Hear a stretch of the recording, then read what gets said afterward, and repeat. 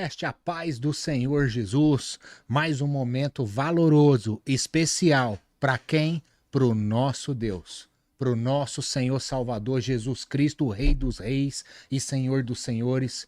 GigoCast recheado de Bíblia, recheado de conhecimento, e a mesa hoje tá assim, transbordando vivência, conhecimento, palavra pura e muita direção do céu para você, para a honra e glória de Jesus. Então você que já tá aqui, já tem uma galerinha online, vai compartilhando, deixa seu like, vem se encher de conhecimento aqui conosco, porque eu tenho certeza que Deus vai falar poderosamente com o povo dele, com os eleitos dele. E você que está longe do caminho, fica aqui mais um pouquinho que o Espírito Santo vai falar ao seu coração, para a honra e glória do Senhor Jesus. Nós estamos aqui na presença ilustre do nosso querido amado irmão Napoleão Falcão. Seja bem-vindo aqui na mesa do Gigo.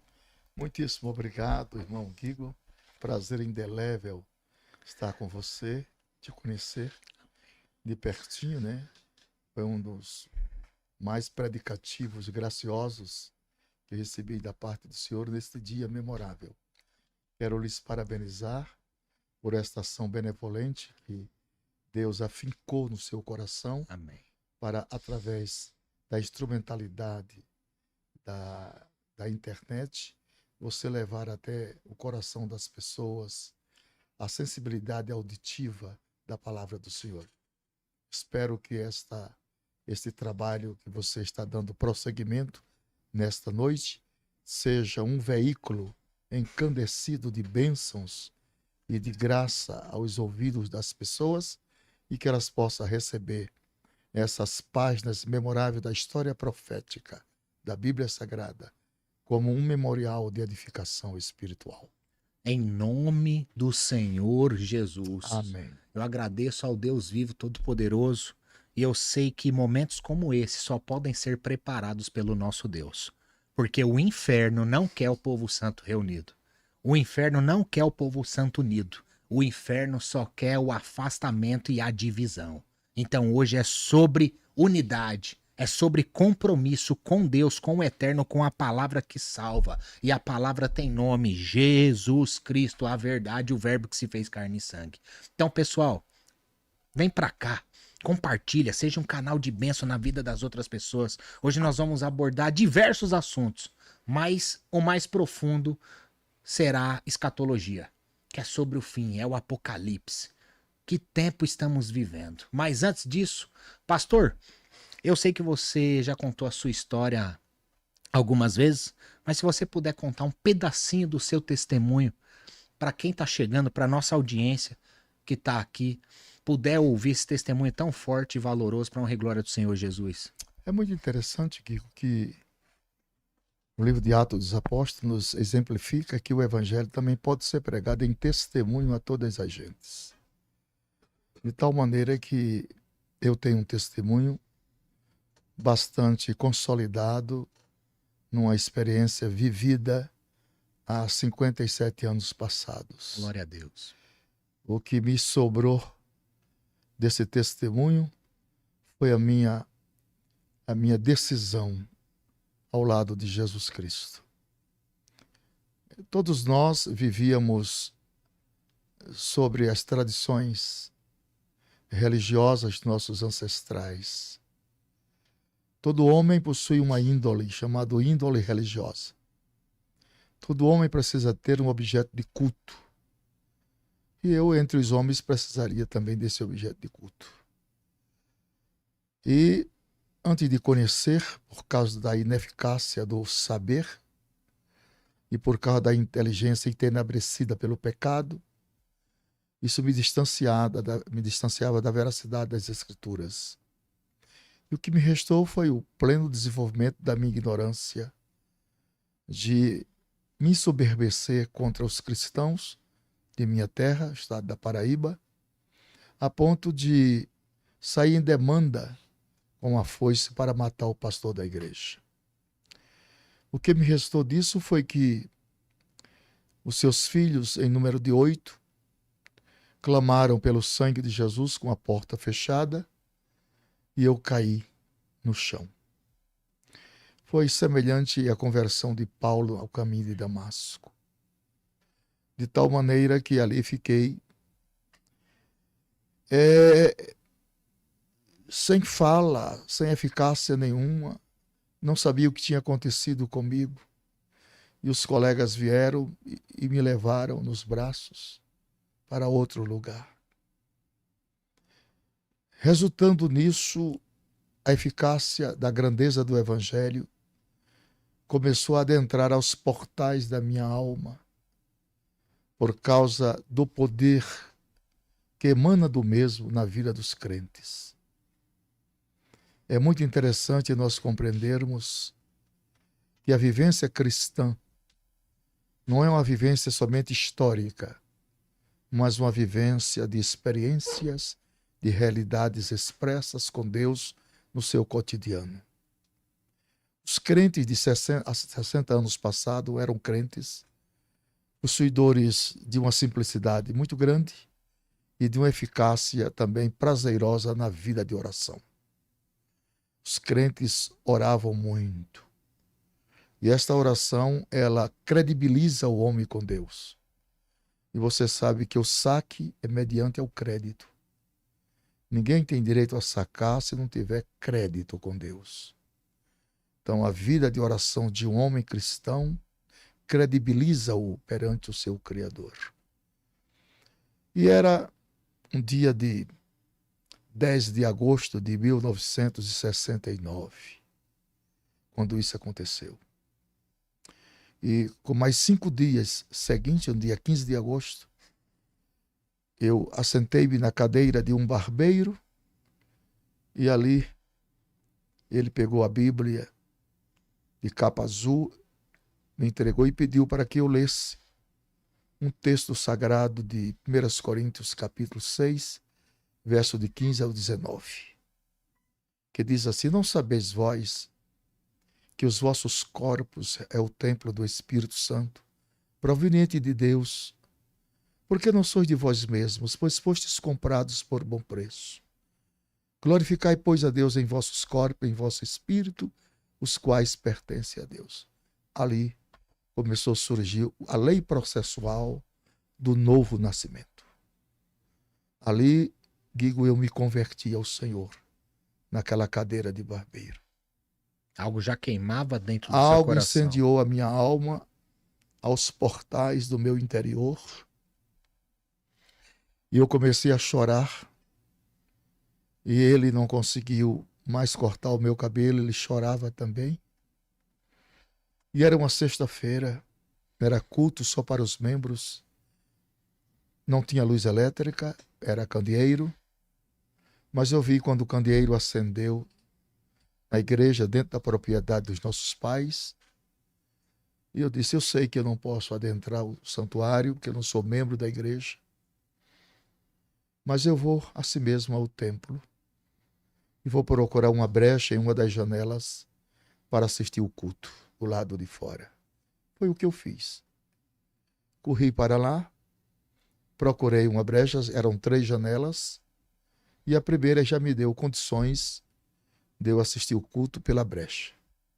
Não sabia que estava escrito, né, no livro de Ezequiel, que Deus procurou um homem que estivesse na brecha, tapando o muro. E eu estava na brecha assistindo o culto, quando o pastor da igreja, ouvidor, a dizer ao barbeiro: Meu Deus. o senhor fez o convite ao jovem para ele aceitar Jesus como Salvador? E ele balançou a cabeça que não tinha feito. Na hora que ele terminou de dizer, o anjo do Senhor apareceu a ele e disse: Manuel, o moço está lá fora. Saí-lhe a seu encontro. E ele levantou-se e quando chegou no oitão da igreja, abriu os braços, era uma noite de lua. Eu também abri os meus braços e de lá ele gritou: quer ser crente? Eu disse: quero. Pode ser? Se pode. Quero, sim, senhor. Quando eu abracei ele, Jesus me batizou com o Espírito Santo, do lado de fora. Com 7 dias de crente, eu entrei na escala de auxiliar de trabalho e com 9 meses de fé, consagrado ao ministério pastoral aos 20 anos de idade. Então, hoje eu sou o segundo pastor mais antigo das Assembleias de Deus do Brasil, da CGADB. Primeiro, o nosso presidente, com muita honra tenho o prazer de falar o seu nome, nosso querido pastor José Huerto Bezerra da Costa, nosso presidente de muita honra, de muito valor e muito querido por todos nós. Eu sou o segundo mais antigo, com o número 517. Assim deu-se a minha conversão, quebrei o retrovisor e nunca mais olhei para trás. Glória a Deus, meu Jesus! E aí, pessoal? Você ficou impactado, fala a verdade. Imagina um anjo do Senhor e falar exatamente aquilo que você estava vivendo sem esperar, porque Deus, ele nos surpreende. E mesmo quando crente, cristão, mesmo na caminhada longa com Cristo, ele continua nos surpreendendo. Esse é o Deus Todo-Poderoso que eu conheço e eu tenho certeza que ele irá nos surpreender muito mais, inclusive hoje, mais e mais para a honra e glória do Senhor Jesus. E eu fico feliz de estar com o patrimônio histórico das Assembleias de Deus aqui com a gente, né? Na mesa aqui do GigoCast, louvado seja Deus por isso. E pastor, aí você começou a pregar, você começou a ensinar, porque faz parte do seu ministério ensinar. 7 dias de crente, entrei na escala de auxiliar de trabalho, não pela capacidade, mas pela necessidade da obra. Então, eu não tinha paletó, né? Mas papai me deu o seu paletó de presente, era grande, batia abaixo dos joelhos. Mas estava bom. E aí nós já começamos a dirigir o trabalho. Eu não conhecia as escrituras, mas me afeiçoei com 20 de Êxodo. Não farás para ti imagem de escultura. Era isso que eu pregava. E nessa época, Mandamento, né? Jesus salvava, curava e batizava com o Espírito Santo por causa da simplicidade. Deus ama a simplicidade e a pureza, né? Não há nenhum motivo para ostentações. Não há nenhum motivo para vaidade. Não há nenhum motivo para presunção. Não há nenhum motivo. A durabilidade do cristianismo implantado em nós pelo Espírito, ele só terá validade enquanto o estado de dependência nós mantermos perante o Senhor. Quando a Bíblia diz bem-aventurado é os pobres de espírito, de Mateus capítulo 5, aquela palavra pobres quer dizer dependentes de Deus. Nunca poderemos jamais perder a dependência do Senhor. Dependência do Senhor é a causa singular da nossa salvação. Porque São Paulo diz que nós temos este tesouro em vasos de barro, para que a glória seja de Deus e jamais do homem. Então, Guigo, Deus tem me presenteado com saúde. Eu sou um homem de 76 anos, mas pela graça e bondade do Senhor, nunca fui agravado por nenhuma doença. Então Deus tem dado-me juventude, graça e alegria da salvação. Eu só consigo me realizar com o microfone na mão. Glória a Deus. Eu vim ao mundo para isto. Enquanto você não descobrir para quem você veio este mundo, você sofre muito. Imagine um advogado querendo ser médico. Imagine um médico querendo ser engenheiro. Não se realizará jamais. Você só se realiza dentro de um princípio vocacional. Lembre-se, eu vou lhe dar 2 exemplos. Para que aquele menino da multiplicação dos pães e dos peixes veio ao mundo? Pai ignorado e mãe ignorada. Ele veio ao mundo só para processar a Cristo, o maior fenômeno do seu ministério. Foi a multiplicação dos pães e dos peixes que veio através daquele rapaz. Para que foi que aquela empregada, aquela criada do general Naamã veio ao mundo? Pai ignorado e mãe ignorada. Só para processar no general, seu patrão, a cura. Ela anunciou que em Samaria tinha um profeta que se ele procurasse seria curado. Foi o que aconteceu.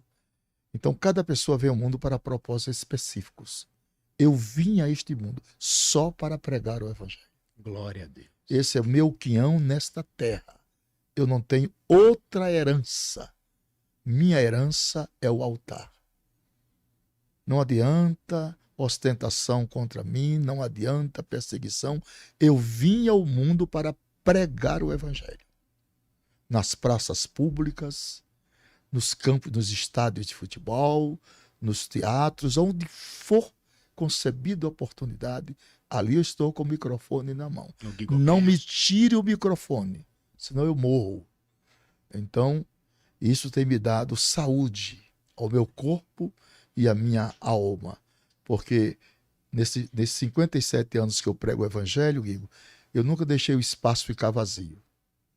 Porque essa diáspora que fica vazia, Deus vai pedir conta às pessoas que deixaram a vocação para adentrar por outros caminhos. Não é bom. Então, quem veio a este mundo para pregar o evangelho, dedique-se à pregação do evangelho. E quanto aos cuidados materiais, aí é com o patrão. Aí é com o patrão. Quem é meu patrão há 57 anos? É o Senhor. Ele assinou minha carteira, ele paga 13º, ele paga bônus de férias, ele me dá tudo. Ele me dá tudo. Porque quando Deus chama, obviamente que ele se responsabiliza. Deus não é criança para chamar um homem para o seu ministério e deixá-lo ao léu. Deus não faz isso, jamais. Porque aí contrariaria a sua própria santidade. Então, graças a Deus que nós temos nos empenhado e temos sido honrados pelo Senhor de levar a sua palavra. O avião tem sido a minha morada e o mundo tem sido os meus altares. São 46 países onde já levei o evangelho. Mês passado estávamos em Amsterdã, na Holanda, numa conferência só para pastores holandeses. E foi uma grande bênção que Deus nos dera naquele país, mais uma vez. Essa é a 3ª vez que tenho estado na Holanda. Então, meu filho, graças a Deus por esta oportunidade de estar com você. E quero outra vez render graça ao Senhor por sua vida. Glória. E pelo seu ministério e através deste aparelho levar a palavra de Deus aos corações. Glória a Deus. Eu tenho muito a aprender e eu fico impactado. E eu aprendo, eu amo aprender, eu amo buscar, eu amo perguntar. E vou perguntar. Nesses 56 anos de pregação do evangelho, eu acredito que teve muitas lutas, teve muitas dores, teve muita perseguição. Que mensagem o senhor deixaria, o pastor deixaria, para as pessoas que estão sofrendo perseguições hoje, que são novas, convertidas, porque tem aquele primeiro amor, eu quero pregar agora, eu quero ir agora, e às vezes não está tão preparada com conhecimento bíblico. Que mensagem o senhor deixaria e que ordenança e que tipo de direção essa pessoa precisa? A vida ela é delineada por fases circunstanciais. Todo homem tem que passar 3 fases nesta vida. A primeira fase do homem cristão é cognominada de fase da água. A água fala de alimento, nós somos 70% líquido. Nós temos o poço de Jacó, que é uma simbologia. Temos a segunda fase, é a fase do vinho. Aí temos o Caná da Galileia, o vinho fala de alegria. E temos a terceira fase que o homem tem que passar. É a fase do vinagre. O evangelho tem bônus e tem ônus.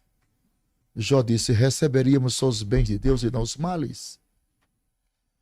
Então essa fase do vinagre é uma fase muito dolorida.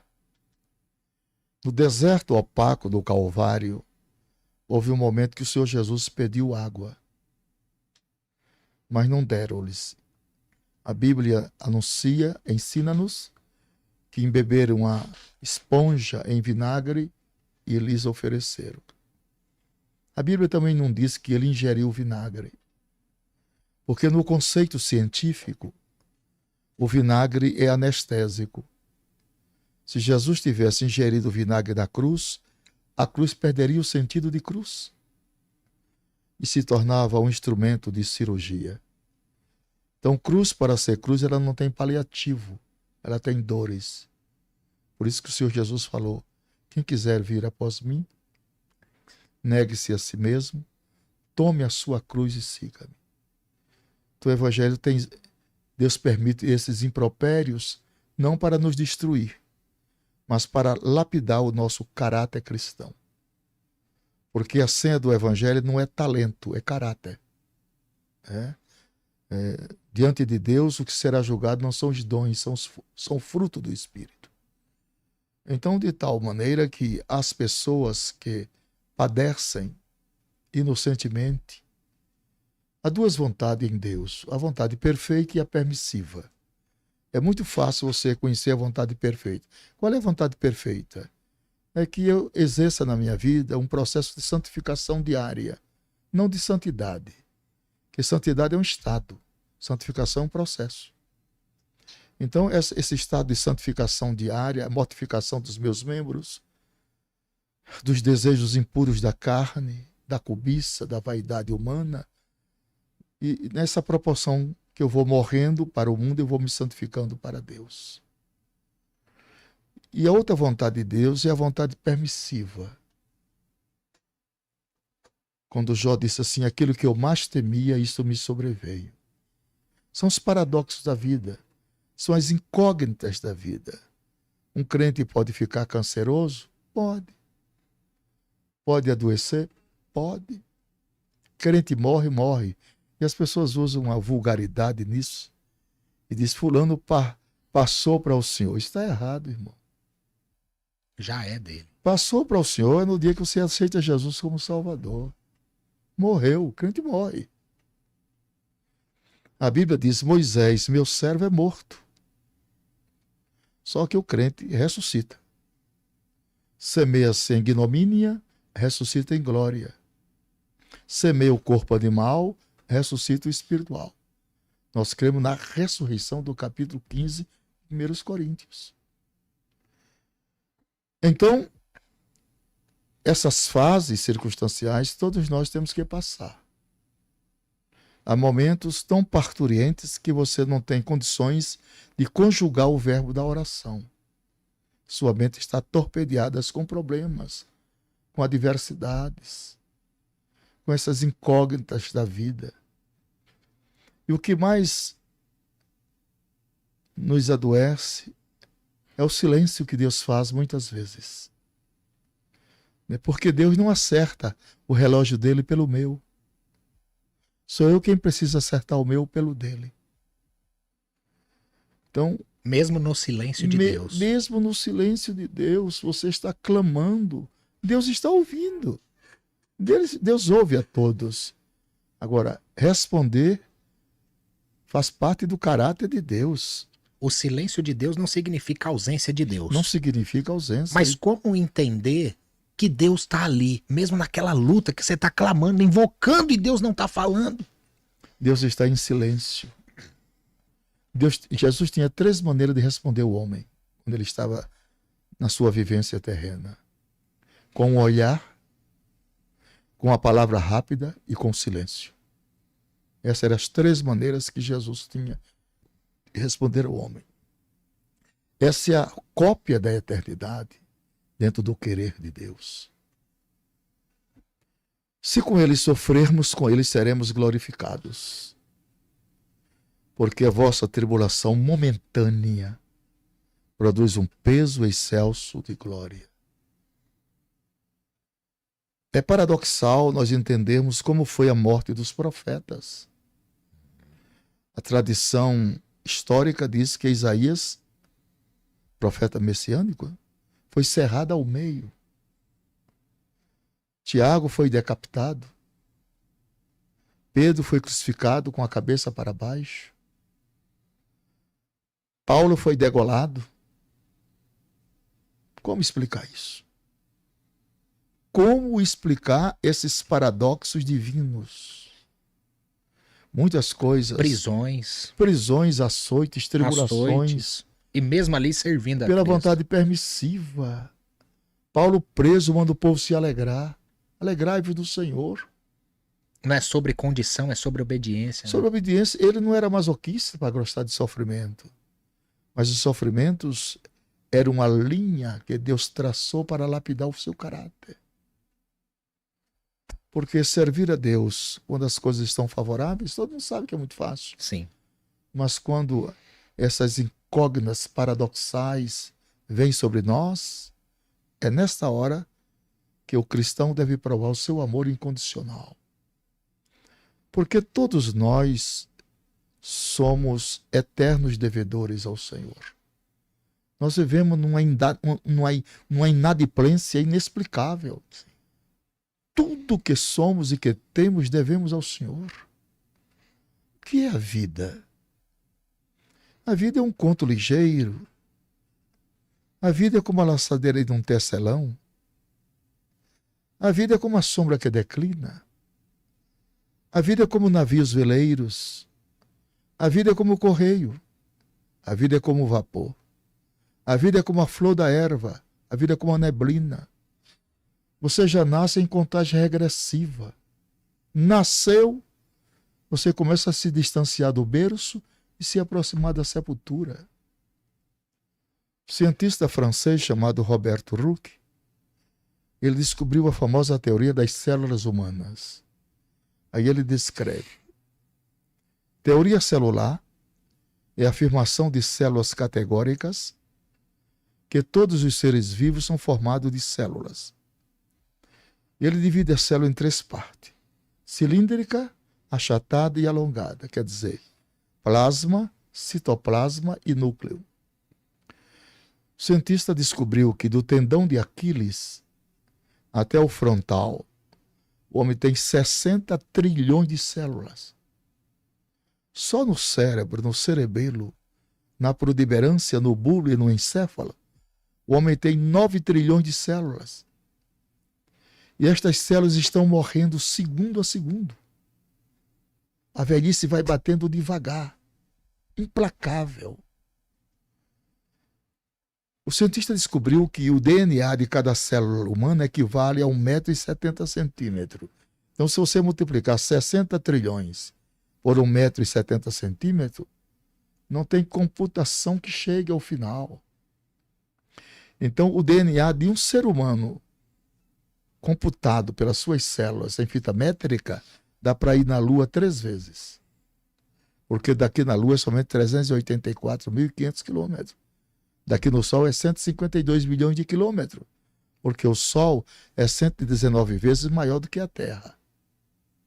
E a Lua ela funciona com 2 sentidos prognosticados por Deus. Primeiro, a Lua funciona para clarear a noite e exerce também o papel de diaconisa divina.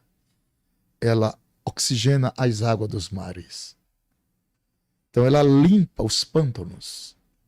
Se não fosse a lua, os oceanos seriam pútridos. Não havia vida marinha, nem havia equilíbrio das placas tectônicas dos oceanos.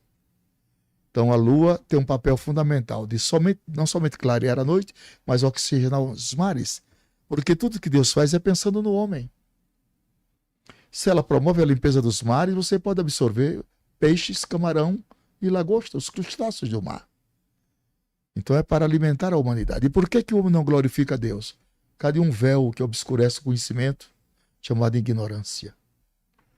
Um dos maiores juristas desta nação, chamado Rui Barbosa, ele titulariza o seguinte: que a ignorância é o principal fator dos erros e dos crimes. Então o que é o Evangelho? O Evangelho desnuda a ignorância do homem e mostra a clarividência da fé. Meu Deus, que é isso, pessoal? E aí, galera, você tem pergunta para fazer sobre a Bíblia? Coloca aqui no YouTube, que a gente vai perguntar diretamente aqui pro pastor. Se você já compartilhou, compartilha, deixa seu like. E tá tremendo aqui, porque assim, conhecimento bíblico com a pureza da palavra, porque você imagina unir essas duas coisas, o conhecimento com a vivência. O conhecimento com a vivência muda toda uma trajetória. Imagina você receber algo, uma direção de alguém que vai mudar todo o seu caminho, que você não precisa estar percorrendo. Você precisa de uma palavra, de uma direção. Você precisa da obediência. Porque no monte da obediência, todo monte da obediência será revelado o Cordeiro. Em todo monte da obediência vai ter um Cordeiro revelado. Então a obediência vale mais do que muitas coisas que você está ouvindo e que você está buscando. Ser obediente não é para qualquer um. Meu Deus do céu. E pastor, eu sei que você gosta muito de escatologia. E eu quero abordar algumas perguntas aqui escatológicas, né?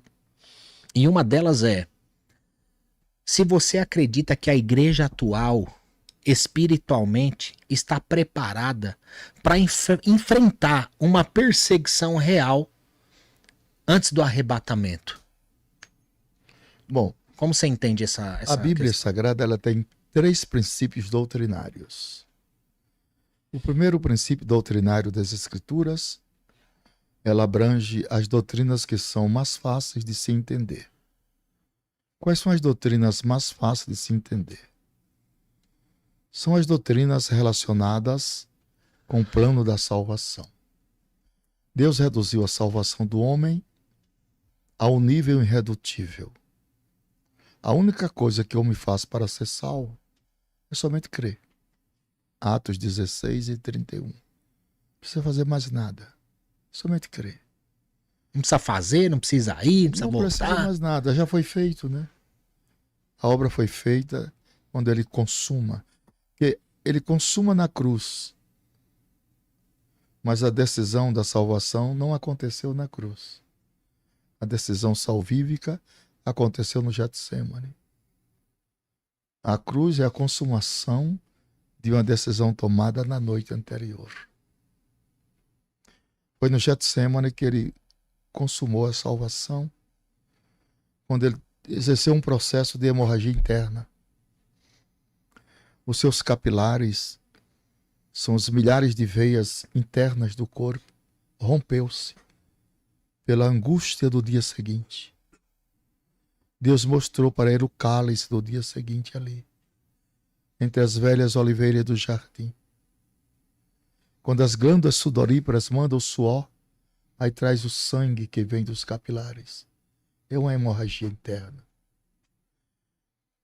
Ele viu ali no Getsemane que na cruz ele teria que passar por 4 dores: físicas, morais, mentais e espirituais. As maiores dores não foram as físicas, não foram as morais, não foram as mentais. Foram as dores espirituais, chamadas de solidão, ausência do Pai. Então ali, as duas naturezas antagônicas.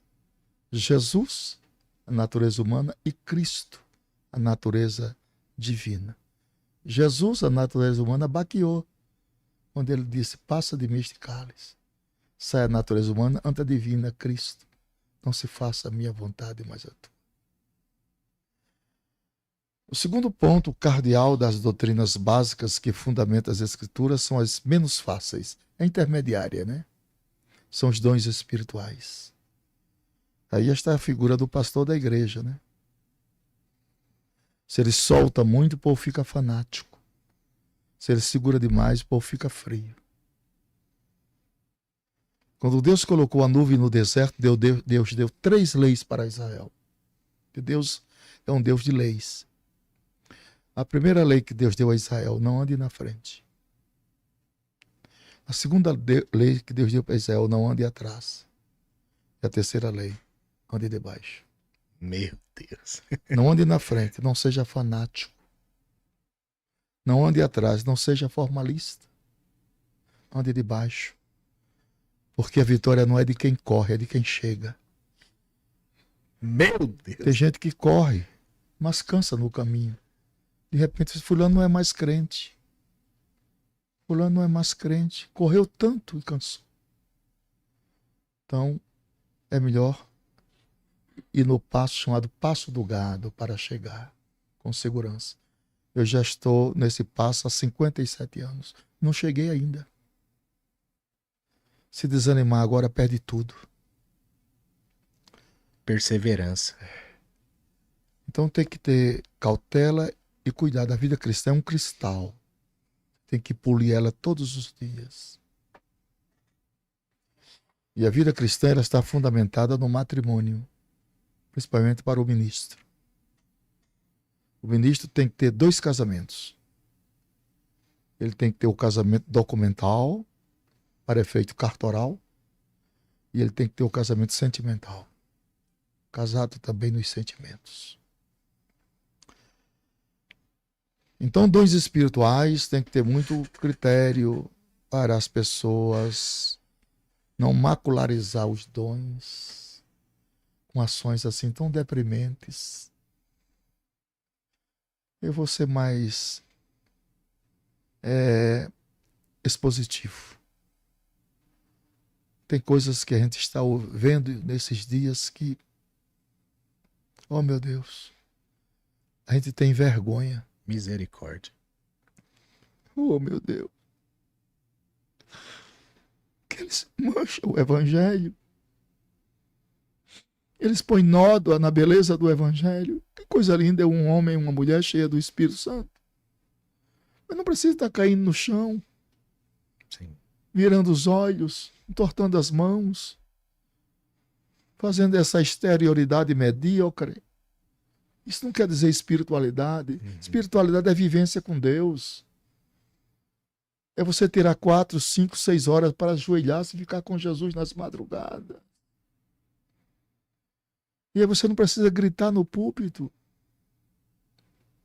Você só grita quando o corte do machado está embotado. Quando o corte do machado está afiado, triscou, corta. Ovelhas não é bode você gritar com o povo. Ovelha vem até no cochicho. Então, alinhe a sua vida em oração, afie a sua espada. E não precisa gritar. Expõe a palavra. Ninguém está ali para ver pregador. Está ali para ver a palavra brilhar, triunfar. O pregador é uma figura humana que a qualquer momento vai morrer. Não é sobre performance. Claro. O pregador não é estrela, está brilhando. Quem brilha é Cristo. O pregador é um vaso de barro. Que é hoje e não é amanhã. Pode ser hoje, amanhã não é mais. Então, esse culto à personalidade tem que desaparecer dos nossos altares. Mas, pastor, você falou algo interessante agora. Por que Deus permite tanta banalidade nos altares? Deus permite porque você sabe que sempre houve falsos, mas nunca deixou de existir verdadeiros. Nós estamos vivendo os dias de Elias. Elias se martirizou como nós estamos nos martirizando aqui. Senhor, destruíram todos os seus altares, mataram todos os seus profetas, só tem eu. Deus disse, não. Eu trabalho com reserva. Mais 7.000. Deus sempre terá uma reserva. Quer dizer, nesse contexto, sempre houve falsos, mas nunca deixou de existir verdadeiros. Então nunca despreza os verdadeiros por causa dos falsos. Sempre terá. Eu conheço no nosso país muitos homens santos e mulheres santas. É possível ter um falso numa igreja bíblica? Claro que sim. Porque as bênçãos de Deus são condicionalizadas. Se quiserdes, se ouvirdes, se andardes na luz, se andardes como ele andou, se alguém está em Cristo, eu estou à porta e bato. Se alguém ouvir minha voz, é tudo condicional. É proporcional, mas é condicional. É a livre escolha. É eu quem tem que determinar a minha vida. Eu tenho 70% da minha salvação. O querer de Deus é uma coisa. Agora eu preciso centralizar a minha vontade na vontade de Deus, que é soberana. Se alguém está em mim e minhas palavras estiverem em vós, é condicional. É sim, sim, sim, sim. Então eu preciso cuidar da minha salvação, zelar pela minha salvação. Ela pode ser perdida. Ela pode ser perdida pelo próprio homem. Deus não manda ninguém para o inferno. O plano de Deus é o céu. O homem vai para o inferno quando ele rejeita a graça. Ele vai com seus próprios pés, sem Deus mandar. A escolha dele. Sempre foi assim. Sempre foi assim. A gramática bíblica, ela é correta. E que os homens não olham para a gramática. Entendeu? Por exemplo, Apocalipse 3:10.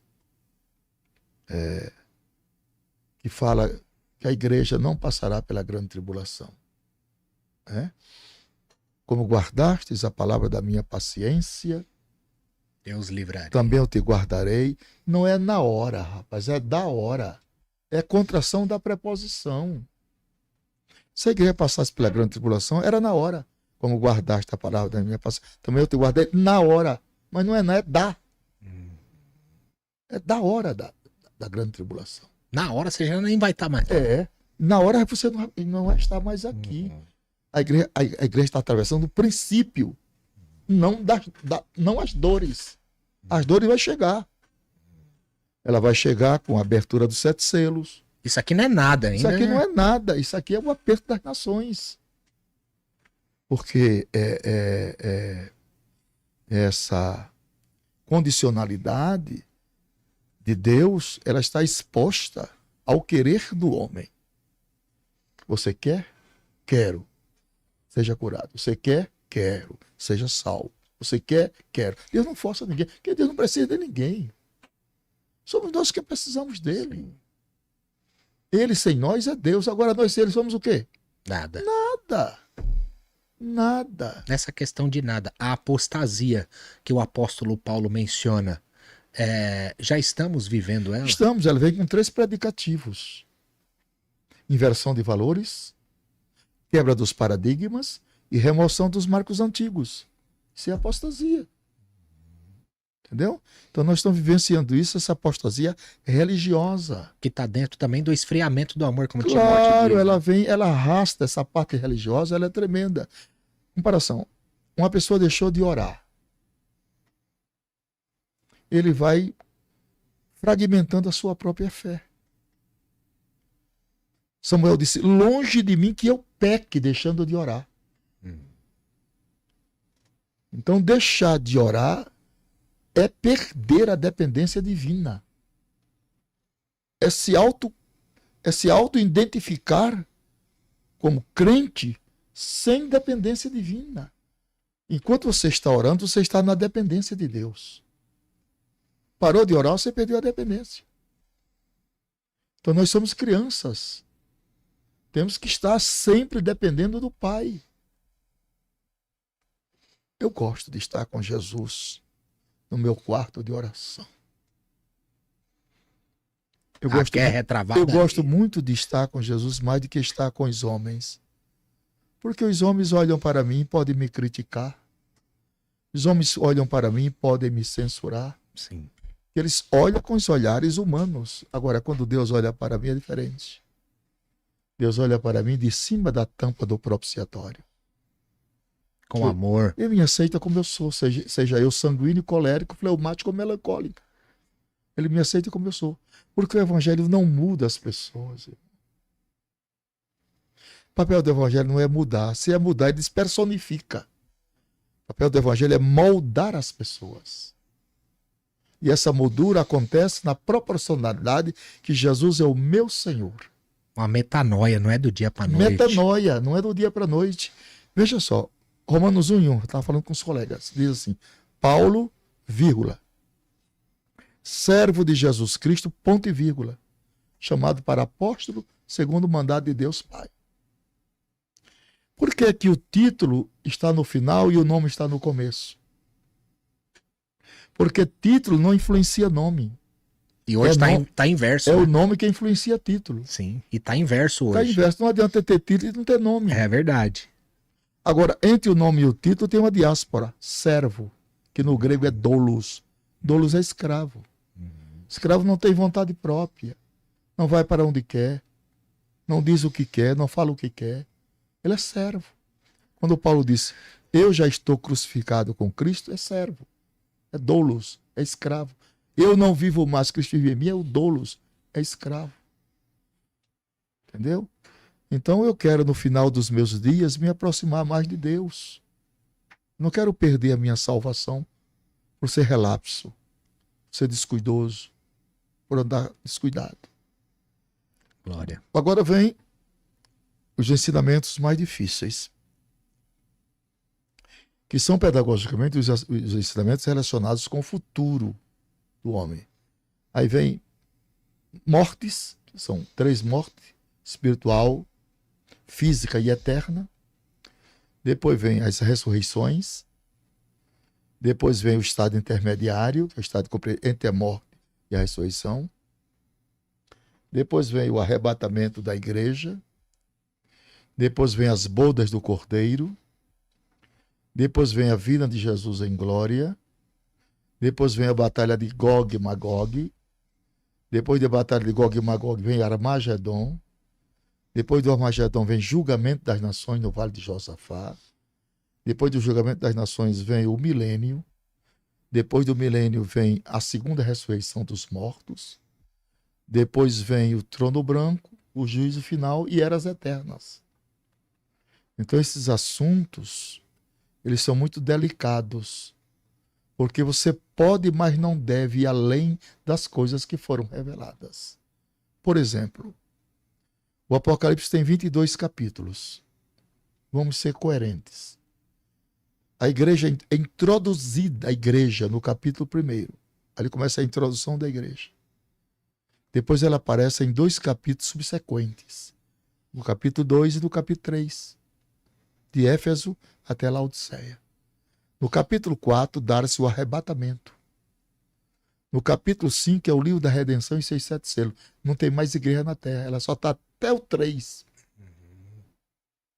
No capítulo 6 é os 7 selos de juízo. Cadê a igreja? No capítulo 7 é os mártires na glória. Nos capítulos 8 e 9 é o toque das 7 trombetas. Cadê a igreja? No capítulo 10 é o anjo com o livrinho na mão. No capítulo 11 é as 2 testemunhas. No capítulo 12 é a mulher e o dragão. No capítulo 13 é a besta do mar e a besta da terra. No capítulo 14 é os 144.000 selados. Nos capítulos 15 e 16 é as 7 salvas da ira de Deus. No capítulo 17 é a mulher vestida de escarlate. No capítulo 18 é as 4 vozes da queda de Babilônia. No capítulo 19 é as bodas do Cordeiro. No capítulo 20 é o milênio e a terra, o milênio de Jesus, o milênio de Israel. Do capítulo 20 para o 21 é o trono branco, o juízo final. E no capítulo 22 é as 7 glórias de Jerusalém. Encerra o livro, começa a era da eternidade, as eras eternas. Meu Deus, que é isso? Você quer estudar Apocalipse? Tá num direcionamento forte, meu Jesus. Que é isso? Isso aqui eu vou gravar, hein? Eu vou buscar para pegar e sair a ponto. Eu acredito que a igreja vai ser arrebatada antes da grande tribulação. Sim, porque a grande tribulação é para judeus e gentios. Você tem que conhecer aí o ponto de partida e conhecer a divisão dispensacional da humanidade. 1 Coríntios 10 e 32. O senhor lê aí na sua casa. Portai-vos de modo que não deis escândalo nem aos judeus, nem aos gentios e na igreja. As 70 semanas de Daniel 9:24 é para judeus, para expiar a iniquidade, para selar a visão e a profecia, para ungir o santo dos santos, para espremer Israel na parede. Israel será uma pedra, quem tocar nela se arrebenta. Entendeu? Israel será espremida no canto da parede até gritar por socorro. Vai ranger dente. Quando ele gritar por socorro, aí Jesus vem em glória com a igreja. O arrebatamento dar-se-á em 2 fases. Jesus não é 2 vindas. Não, é uma vez só. Agora as fases são 2. Rapto é uma coisa, vinda em glória é outra. No rapto ele vem para a igreja. Na revelação ele vem com a igreja. Primeiro é para, segundo é com. Na primeira fase os incrédulos serão deixados. Na segunda fase os incrédulos serão dizimados. Isso é vindo em glória. Na primeira fase haverá segredos. Ele virá como ladrão de noite. Na segunda fase haverá profunda lamentação. Esse tocar da trombeta, quem vai ouvir é só o povo salvo. Na primeira fase ele virá sobre os ares. Na segunda fase ele virá sobre o Monte das Oliveiras. A lei foi dada no monte. O primeiro sermão que Jesus pregou foi no monte. Ele foi crucificado no monte. Subiu ao céu do monte. Descerá no monte, Zacarias 13:6. Salomão já viu. Esta é a voz do meu amado. Ele aí que vem pulando sobre os montes, saltando sobre os outeiros. O meu amado é semelhante ao gamo, ao filho do veado. Ele aí reluzindo pelas grades. E ele diz, levanta, amada minha, formosa minha, e vem. Porque eis que passou o inverno, a chuva cessou e se foi. Aparecem as flores na terra, o tempo de cantar chegou, e a voz da rola ouve-se em nossa terra, a voz do Espírito. Glória a Deus. Então isso é profecias. Então não mistura arrebatamento com vinda em glória. Arrebatamento é para tribunal de Cristo e bodas do Cordeiro. Vinda em glória é depois das bodas do Cordeiro, que ele virá em glória e todo olho verá até que aqueles que o transpassaram. Todo olho verá. No arrebatamento, não. Arrebatamento é num abrir e piscar de olhos. Mateus 24, 44. O Senhor virá a hora em que não penseis. 1 Coríntios 15, 52. Num momento, esse num momento no grego é na era atômica. Num é era e momento é atômica. Então nós estamos vivendo a era dos mísseis balísticos e das ogivas nucleares. Somente a Rússia ela tem quase 5.000 ogivas nucleares. É o suficiente para destruir o planeta Terra 30 vezes em 42 minutos. Jesus disse, chegaria dias, Mateus 24, 29, que as potências dos céus seriam abaladas. Céus ali é Curanon. Curanon é derivado do urânio. Urânio é o produto que fabrica bomba atômica. Segundo Pedro 3:10, os céus que agora existem haverão de passar com um grande estrépito estrondo, e os elementos ardendo se desfarão, a terra e as obras que nela se queimarão. Então nós estamos a um passo do arrebatamento da igreja. Esses sinais atuais, guerra, conflito, abalos morais e tudo, indica mais a proximidade do anticristo ou o adormecimento da igreja? As duas coisas. E por muito se multiplicar a iniquidade, o amor de muitos esfriará. Estou falando do amor eros, não, nem do amor filos. Estou falando do amor ágape. O amor pegando fogo. Esse que está desaparecendo da terra.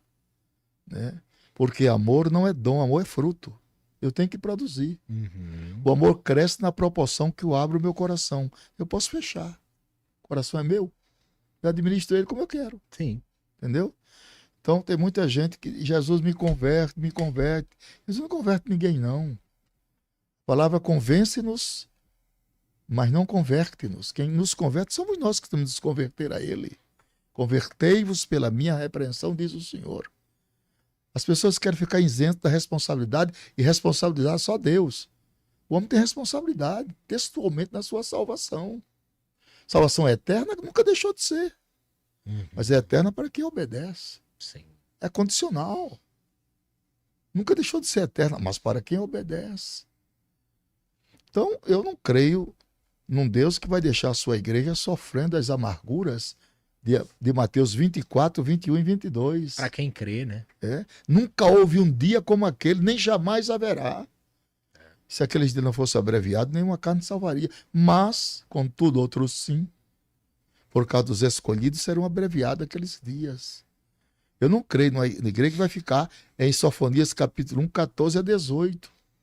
No grande dia da ira de Deus na terra. Não, grande tribulação é para judeus e gentios. Assim mesmo, na grande tribulação, Deus é tão misericordioso. Porque se eu fosse Deus, você vê como o homem é mesquinho. Se eu fosse Deus, eu arrebatava a minha igreja e fechava a porta. Não entra mais ninguém aqui. Acabou-se. Só que Deus não é assim. A política de Deus não é essa. A política de Deus é soteriológica. Porque o homem é a imagem e semelhança dele. Deus E o mais interessado em nos ver no céu é ele, Deus. É Deus. Você veja, 2 Pedro capítulo 2, versos 5 a 7. Quem entrou na arca foi Noé e mais 7. Com ele 8. Então eu estou advogando o seguinte, que no arrebatamento Deus vai salvar a família dos crentes. Uhum. Porque a Bíblia, se o tronco é santo, os ramos também são. Os crentes, a família dos crentes que estão fora da igreja estão em constante oração dos seus pais.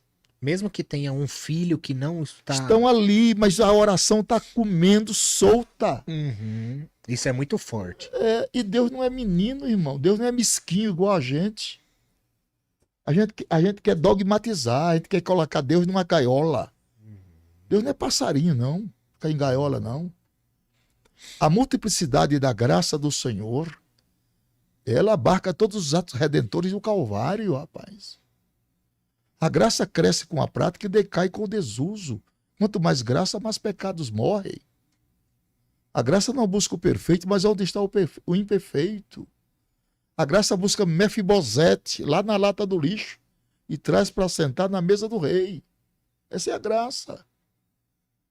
Então, Deus não é menino. Ele não vai perder para Satanás. Olha, hoje, nós somos 8 bilhões e quase 8 bilhões e meio de pessoas, espalhadas em 5 continentes.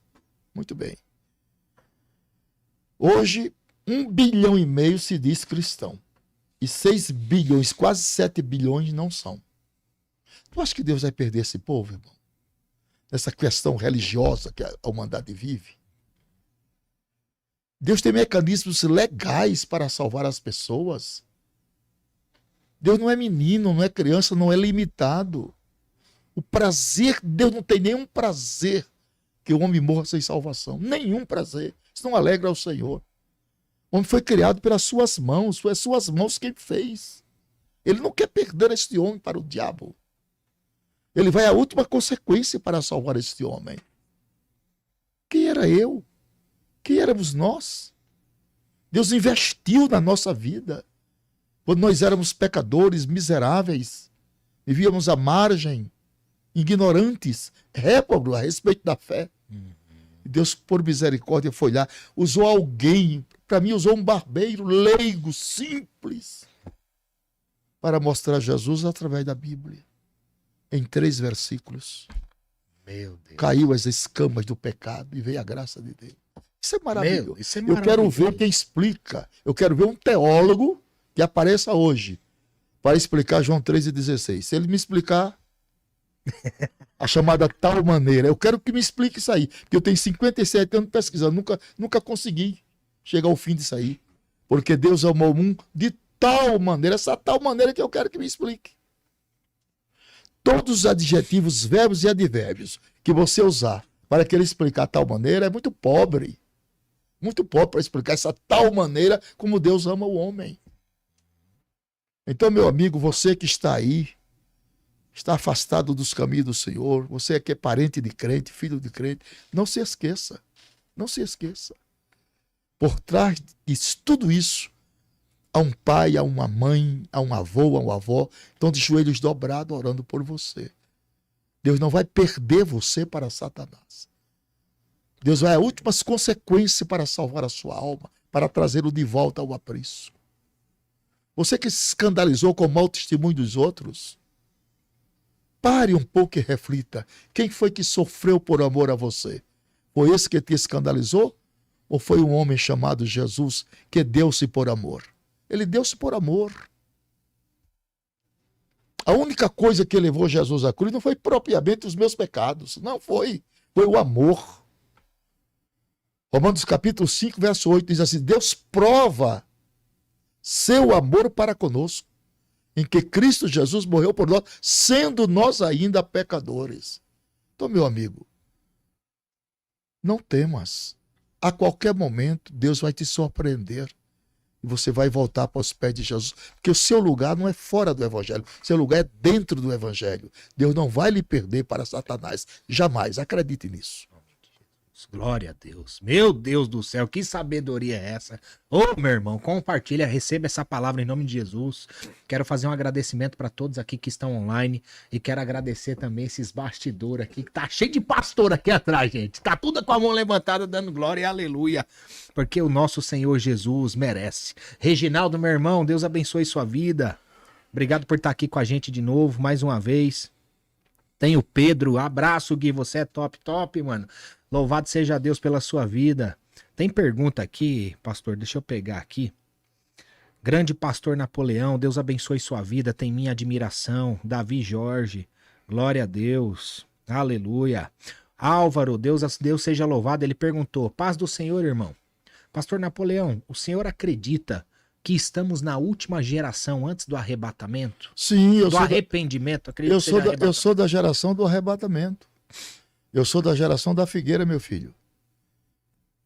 Mateus capítulo 24, versículo 32 e 33. Jesus diz: olhai para a figueira. Quando foi que ela brotou? Historicamente, ela brotou no dia 14 de maio de 1948. Eu sou de 48.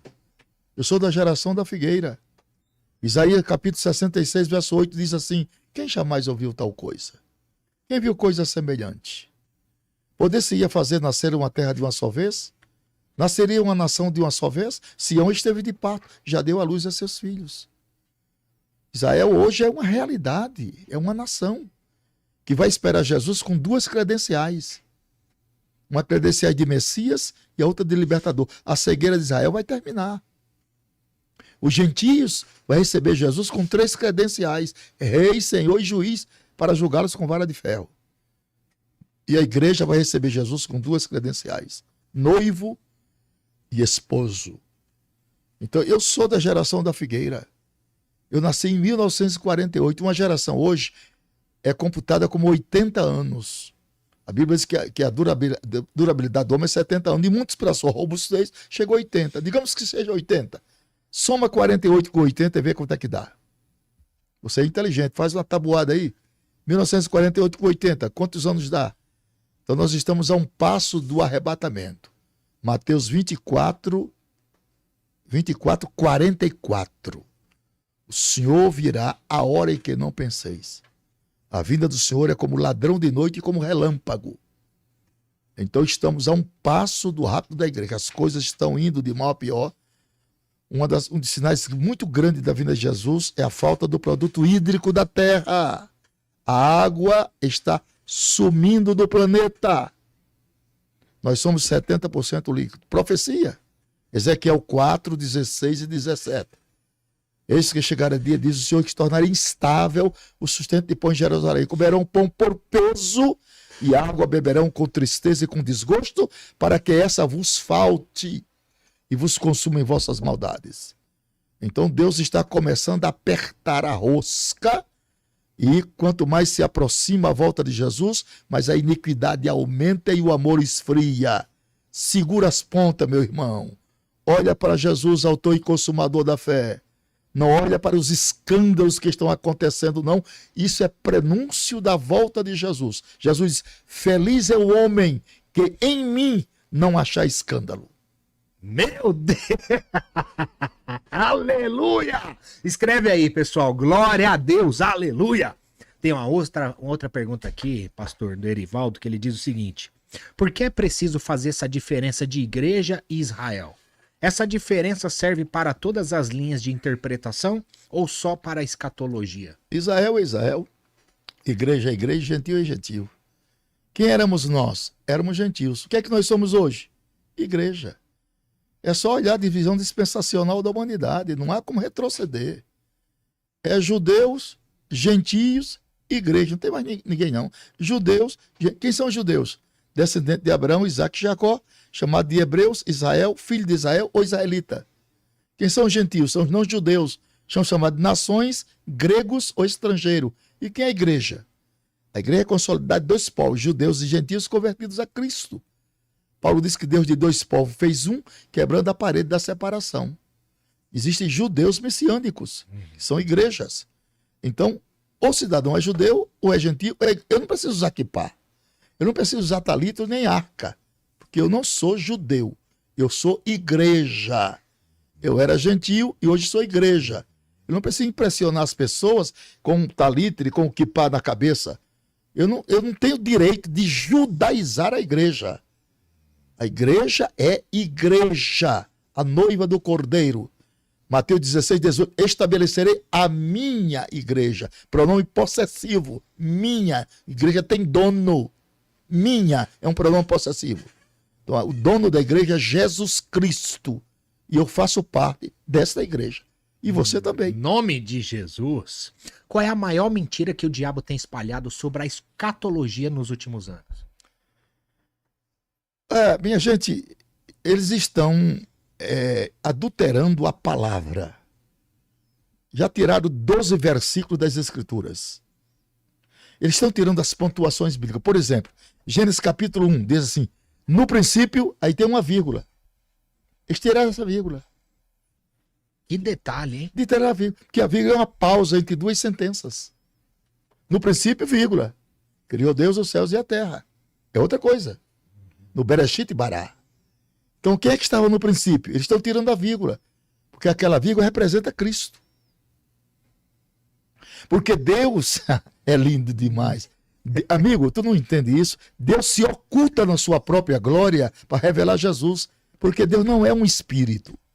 Deus é espírito com personalidade. Deus é um ser imutável, incriado e autoexistente. Deus existe por si mesmo, independente da razão do homem. Então ele tomou providência porque ele não pode ser visto por ninguém. A Bíblia diz que Deus é um ser que habita na luz inacessível e que nenhum dos homens viu nem pode ver. Moisés viu, mas só as costas. Não viu a frente por causa da glória. Há três glórias: a de Deus, da igreja e de Cristo. A de Deus no rosto, a de Cristo no ministério, a da igreja no homem interior. Paulo diz que nós somos transformados de glória em glória, como? Pelo Espírito no homem interior. Então, Deus se oculta na sua própria glória para revelar Cristo. Gênesis 3:15, semente da mulher. Mulher não tem semente. Isso é paradoxal. Mulher não tem semente, mas tem cromossomos. Na união carnal afetiva entre macho e fêmea, funde-se cromossomos masculino e cromossomos feminino. E o filho traz as duas identidades, maternal e paternal. A Bíblia não erra, o tiro. Gênesis 18 aparece 3 anjos de Abraão. Quem foi para Sodoma? 2. Por que é que os 2 foram para Sodoma, amigo? Os 2 foram para Sodoma porque os 2 eram criatura. Criatura não fica para receber adoração. E Abraão foi adorar. Matou uma vitela e fez adoração. E aquele que ficou era o anjo do Senhor com letra maiúscula. Que gramaticalmente a Bíblia está certa. Cristo. Isso é teofania. É a aparição do angélico ao humano sem o humano morrer. Então Jesus recebe o sacrifício ali de Abraão.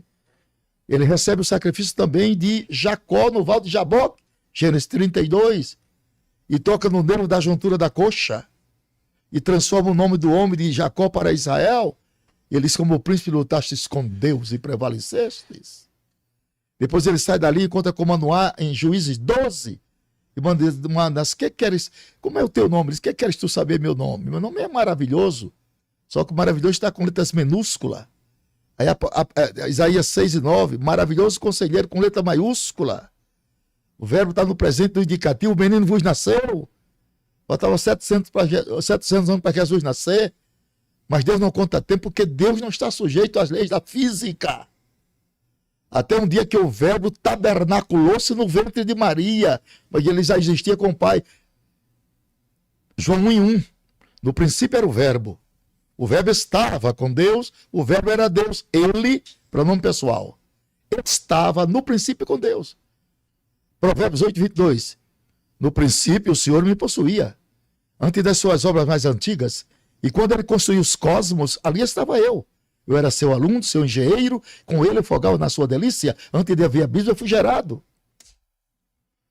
O verbo de Deus, o pietã de Deus, tabernaculou-se no ventre de Maria, para sentir as nossas misérias e descer 7 degraus da escala sumária da humilhação. Filipenses 2, de 6-8, sendo Deus, não usou por usurpação ser igual a Deus. Humilhou-se a si mesmo. Se fez semelhante aos homens, tomou forma de servo.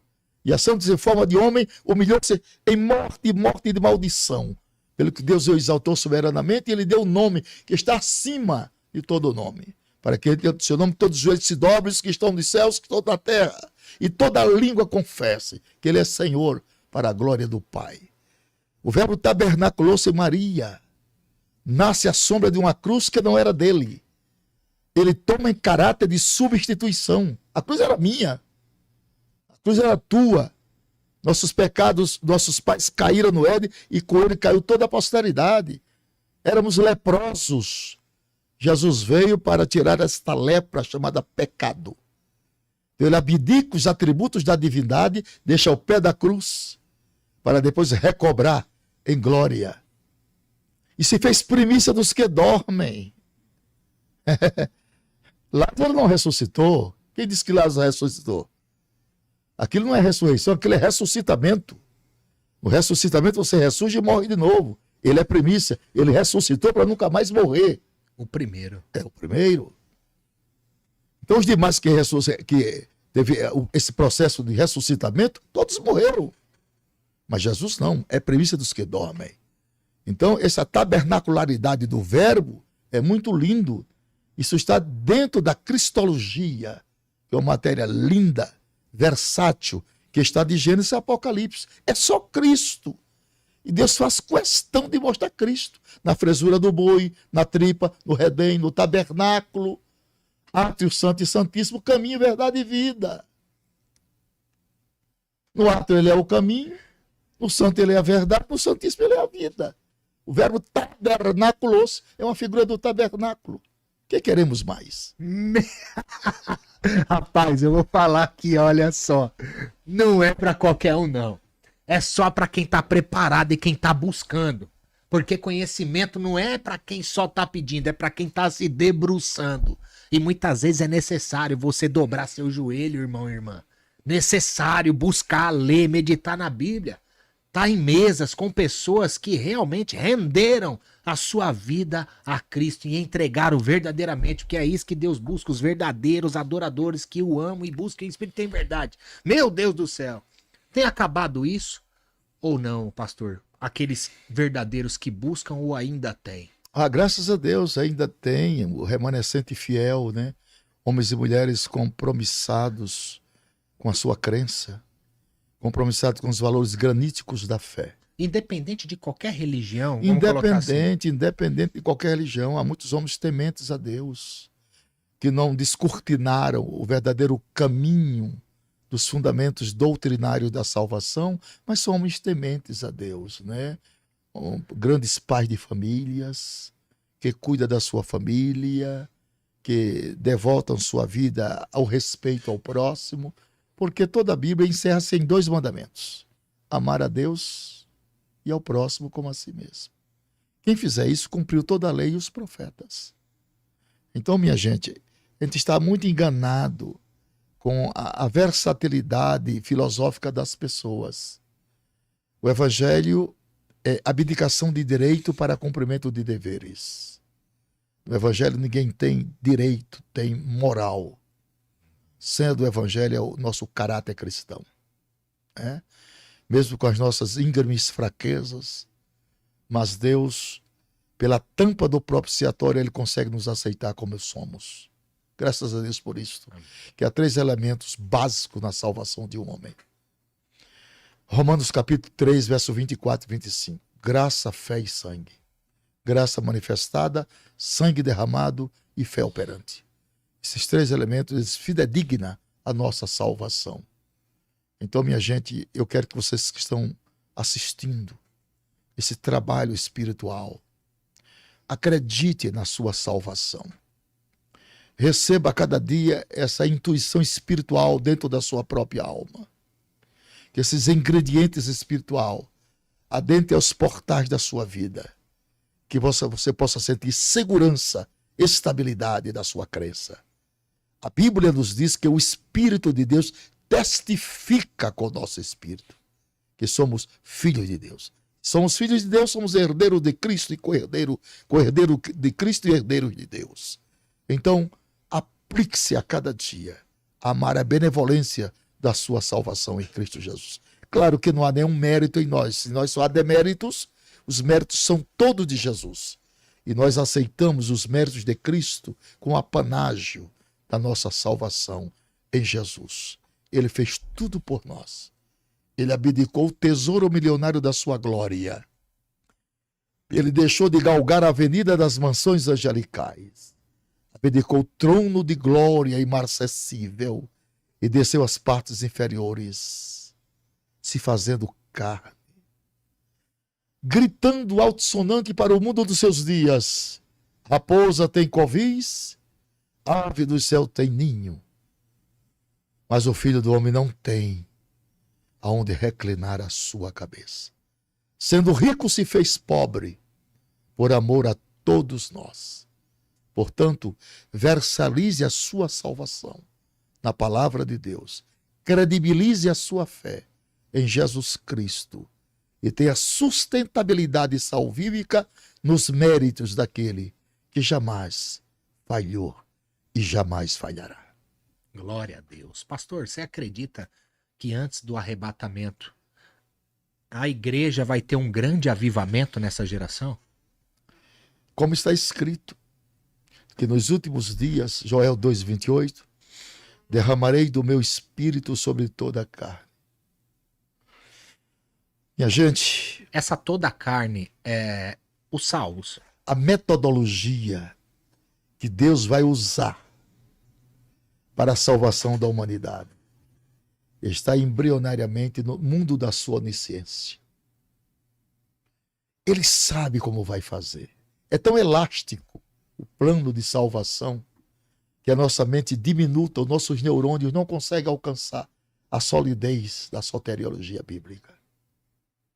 Veja que em Apocalipse 14, quando os moradores que ficaram estiverem adorando a besta e sua imagem, gritando, quem é semelhante à besta? Deus manda 3 pregadores do céu fervendo e gritam, não adorem a besta nem a sua imagem, adorem a Deus. Gritam. E aqueles que romper com o governo ditatorial serão os mártires que comparecerão com palmas nas mãos e entrarão no milênio com a igreja. Isso é muito lindo, muito lindo. Então, meu querido, Deus não vai perder esta colheita. Deus não vai perder esta colheita soteriológica. Eu acredito.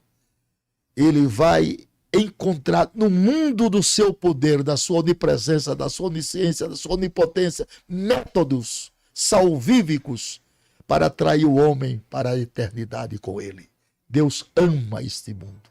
Deus ama os homens. O que Deus não ama é a multiplicidade do pecado, da miséria, da ignorância. Mas o homem tornou-se um escravo do pecado. Quando o pecado é eliminado do homem, ele volta a ser a imagem e semelhança de Deus. Ele só perdeu essa imagem por causa do pecado. Quando ele aceita Cristo, volta a imagem e volta a semelhança. Então Deus quer, nesta oportunidade, traduzir as minhas palavras em salvação, em restauração espiritual para a sua vida. Os bens materiais e as coisas que nós galgaremos aqui na terra, não há de se comparar à glória que será revelada. São Paulo disse, aquilo que os nossos olhos nunca viram, aquilo que ao coração da gente nunca desceu, e aquilo que os nossos ouvidos nunca escutaram, são essas coisas que Deus reservou para aqueles que o amam. Vai muito além do nosso entendimento. Por isso nós cantamos, muito além do nosso entendimento, alto mais que todo pensamento, glorioso em seu sublime intento, é o amor de Deus sem par. É forte. Pastor, uma outra pergunta, mais sobre geopolítica, assim, né? Essa ancessão dos blocos globais, BRICS, União Europeia, alianças militares, podemos entender que elas estão sendo vistas como uma preparação para o governo do anticristo? Perfeitamente. Perfeitamente. Veja bem, como é que o mundo começou? Vamos para a estátua de ouro, na visão de Daniel. Ouro, prata, bronze, ferro e barro. Os valores graníticos e absolutos estão se deteriorando. Nós estamos no ferro e no barro, com 2 impérios, o Império Oriental e o Império Ocidental. Nós estamos numa fase da restauração do poder religioso. Então, o poder religioso vai tomar conta, porque todo homem é de índole religiosa. Ele precisa ter um objeto de culto. Uhum.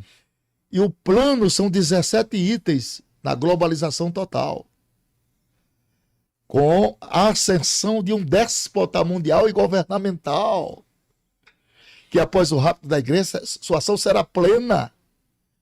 E quando houver a batalha de Gog, na terra de Magog, ele vai apresentar-se e vai dizer, não precisa brigar, eu tenho a solução do mundo. O que é isso? Eu tenho a solução. Ele mede no meio de 10 pontas. É uma ponta pequena que sai de 10 pontas. São nações que darão a ele o poder político, religioso e econômico. Então ele será um déspota mundial. Ele possuirá uma linguagem de prata como Demóstenes, para seduzir as nações que aqui ficaram. É a geopolítica internacional no mundo globalizado. Então Gog, terra de Magog, que está ao norte de Jerusalém, virão com seus satélites confederados para tomar os despojos. São as riquezas de Israel. Onde estão elas? No Mar Morto. As riquezas que estão no Mar Morto hoje equivalem a 70 trilhões de dólares. O Mar Morto hoje abastece com seus produtos internos toda a indústria farmacêutica do mundo. Tem muita riqueza. Eles virão para saquear a cidade de Semur, tomar o despojo. Essa batalha dar-se-á nos montes, não no Vale de Meguido. No Vale de Meguido é Armagedon. Então Israel terá que passar por 3 guerras. Gog e Magog, 38 e 39, de Ezequiel. Armagedon, 16 de Apocalipse. E Gog e Magog, que não é a mesma, que é depois do milênio. De todos os 4 cantos da terra. Depois do milênio, Gog e Magog. São 3 grandes guerras. E nessas 3 grandes guerras estará o Senhor para disciplinar e salvar. E Deus permite a ação das guerras para a disciplinação dos homens. Deus não quer perdê-los. Isso é um paradoxo, isso é uma incógnita para entender isso. Mas Deus exprime nações para clamarem por justiça e clamarem por Deus. Deus será glorificado nisto. Para mostrar ao mundo que Ele é soberano. Ele manda e não é mandado, dá ordem e não recebe ordem, mata e não vai preso. Ele é o Senhor. Então ele vai permitir essas coisas para consolidar o propósito das profecias. E é impossível que as profecias falhem. Então nós estamos vivendo um instante derradeiro. Após o rapto da igreja, entra em ação logo esta guerra de Gog, terra de Magog, confederados, né? E haverá algumas nações que são amigas de Israel, mas outras são inimigas, porque Israel é o estopim do mundo. Israel, ela ascende no mundo espiritual e não no mundo religioso. Israel é o centro gravitacional e espiritual do planeta Terra, porque lá é o centro geográfico das profecias bíblicas. Foi lá que ascendeu Cristo. Foi lá onde o Monte Sinai, a 400 quilômetros de lá, que o Monte Sinai acendeu em chamas. E Deus falava, e Moisés falava, e Deus respondia em grande voz. Lá foi o palco das decisões embrionárias e proféticas, de todas as ações terminantes de Deus. E é lá que Deus escolheu para reinar sobre os montes de Israel. Eu estabelecerei o meu povo. Ele podia ter escolhido outro país, mas ele escolheu lá. Jerusalém, que mata os profetas e apedreja os que são enviados. É lá onde será o centro gravitacional da terra, onde ele vai ascender como juiz e rei soberano. A Bíblia diz: Sião sairá a lei. Naqueles dias ninguém vai a Paris para buscar a solução dos problemas, nem a Washington, nem a nenhum país da Europa. De Sião sairá a lei. A Bíblia diz que 7 mulheres segurarão na orla do vestido de um judeu e diz: leva-nos a Jerusalém e tira o nosso opróbio. Que o mundo queira ou não queira, o futuro rei desta terra chamar-se-á Jesus Cristo, e ele reinará de Maramá, e o seu reinado não terá fim. Glória a Deus, meu Deus do céu. Tem outra pergunta aqui do Erivaldo. O pastor enxerga alguém na geopolítica mundial que desponta como anticristo? Existem perspectivas, mas você não deve afirmar. Há coisas na Bíblia que Deus abre uma porta, há outras que Ele só permite que vejamos pelo buraco da fechadura.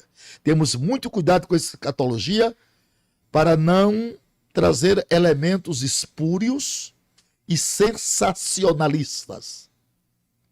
2 mistérios em Apocalipse, amigo, Deus não quis revelar ao homem. Primeiro, quem são as 2 testemunhas? Eu não sei. Você sabe? Segundo mistério, as vozes dos trovões. Você sabe que os trovões falaram? Eu também não sei. Deuteronômio 29, 29, amigo. As coisas reveladas é para nós, as não reveladas é para o Senhor nosso Deus. Não adentrem portas que não foram abertas. Portas que não foram abertas se transformam em heresia. Só entre na porta que Deus abriu. Essa traz gozo. Essa o Espírito testifica na igreja que é verdade. Quando a porta não está aberta, o Espírito não testifica. Ficamos aquém e cuidado para não ir além, para não sensacionalizar por demais as escrituras nessa área escatológica e não perdermos o sabor verídico da palavra. Meu Deus, isso é que é sabedoria. Não é sobrenome de pessoas. É o que está apontando e é Deus que sabe de muitas coisas, né, pastor? É sobre isso, né? A inteligência artificial pode desempenhar papel no controle global descrito em Apocalipse 13? Tudo que está vendo agora dentro dessa inteligência artificial são prognósticos daquilo que Daniel falou. E a ciência se multiplicará. É necessário que haja o poder científico na Terra para equacionar comportalmente e administrativamente o controle absoluto do anticristo. Ele vai controlar 7 áreas. Ele vai controlar a área política, a área religiosa, a mente dos homens para que todos admirem, os exércitos para levantar a batalha de Armagedon, vai controlar cada indivíduo através da sua marca, ele vai exercer esses controles, né? Então, o anticristo, claro que ele não é visível aos nossos olhos agora, ele não é visível, mas o espírito do anticristo já está na Terra. Falsas doutrinas, ecumenismo, imoralidade, tudo são obras do anticristo, do espírito do anticristo. Mas a sua manifestação visível, pessoal, dar-se-á logo após o rapto da igreja. Eu não estou aqui, amigo, interessado de ver anticristo, tá bom? Eu não estou aqui interessado em ver besta nem falso profeta. O meu alvo, sabe qual é? Jesus Cristo e esse glorificado. Amém, aleluia. Pastor, como o cristão deve lidar com a polarização política atual sem perder a visão profética? Todos nós precisamos da política enquanto aqui vivermos. E não da politicagem. Política é uma coisa, politicagem é outra.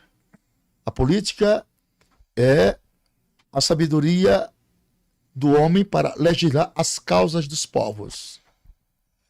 A política é um sacerdócio que a pessoa usa em favor das pessoas, que ele comanda. Não? A política não é um ato de usurpar o direito das pessoas, né? Tirar os direitos dos pobres e fazê-los escravos. Não.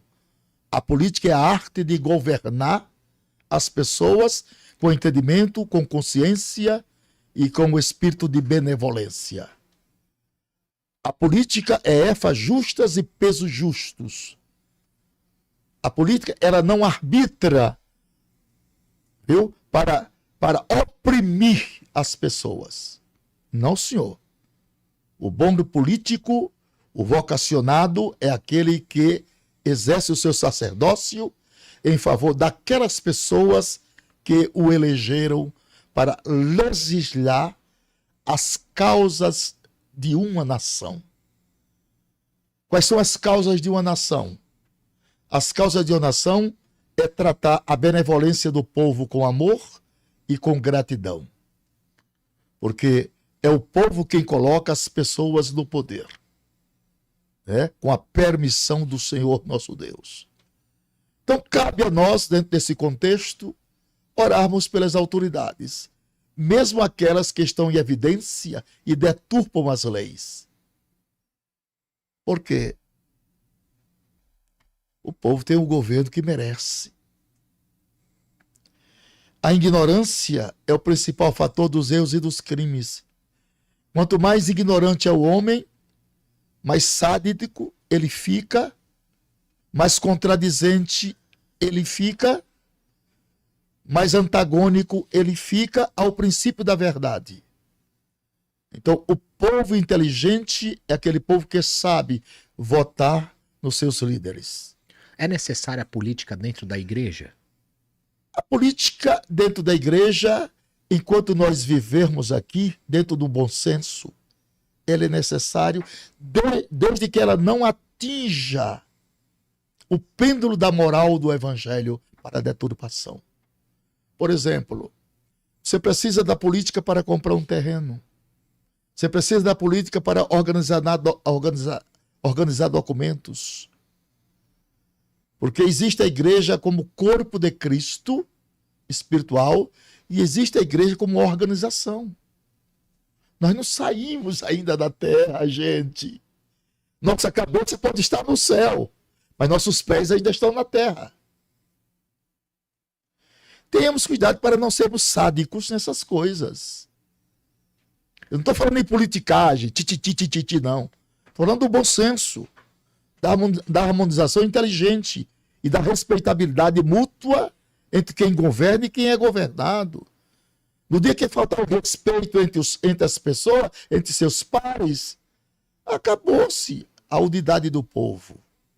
O respeito é cabível em todas as áreas. Enquanto houver respeito entre marido e mulher, haverá junção matrimonial. Enquanto houver respeito entre irmãos e irmãs, haverá junção. Então, o que está havendo é um desrespeito. E quando há um desrespeito, desarmoniza-se e harmoniza-se agora as guerras. Então, o respeito é a prenda capital para vivermos dentro de uma sociedade organizada. Glória a Deus, glória a Deus. Pastor, a gente sabe que existe guerras espirituais. Existe uma guerra espiritual por detrás das guerras territoriais? Sim. Como que o senhor vê isso? Todas as guerras são espirituais. Todas as guerras são espirituais. Por exemplo, demônios são seres incorpóreos. Eles não possuem corpos. Eles precisam de mente e de corpos para ocupar. Casa vazia, ele entra. É uma lei na física que diz assim: um espaço não pode ser ocupado por dois corpos. Quando você aceita Jesus como seu Salvador, o espaço é ocupado. Está escrito: viremos para ele e faremos nele morada. Então, os demônios não podem morar mais num corpo que está ocupado. Mas se estiver desocupado, é um bom lugar para ele morar.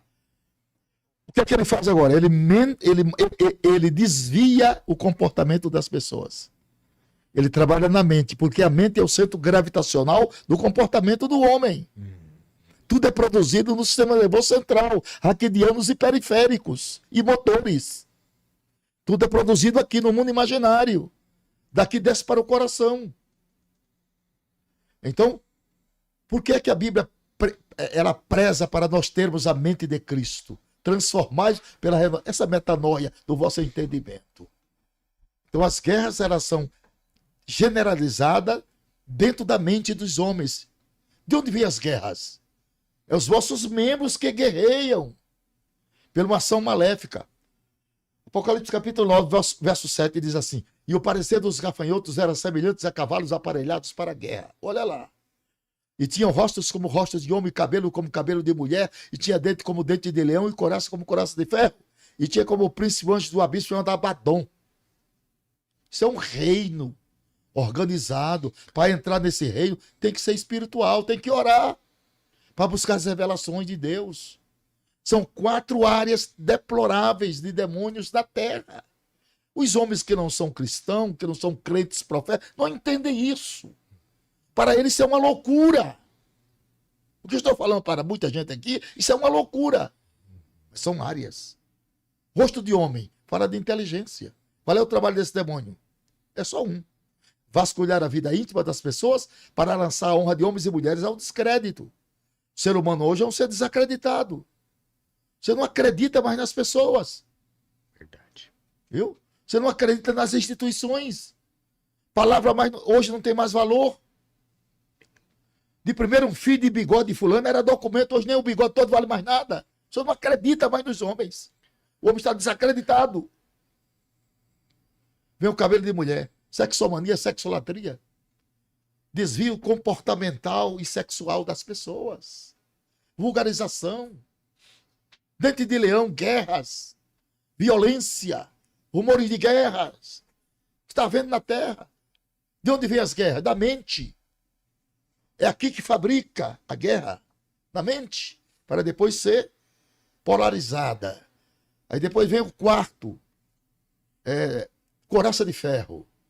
Ele comanda o mundo inimaginável de perversidade através de drogas, para matar a humanidade, para acabar com os jovens, para que não haja mais uma geração de pregadores. Hoje eu sou de uma geração, meu filho, que nos congressos de jovens, nos congressos de missões, os jovens vinham à frente com dores na barriga de tanto poder.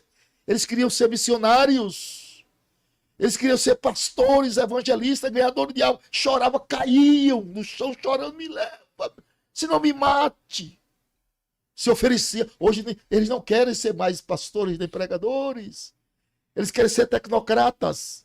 Eles querem ser advogados, médicos, engenheiros. Então nós estamos vivendo um paradoxo, um desvio vocacional.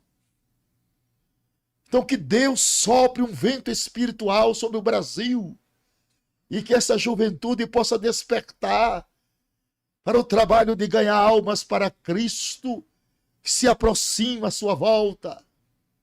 E o homem será julgado no bema, no tribunal de Cristo, pelos valores do seu trabalho prestados na terra.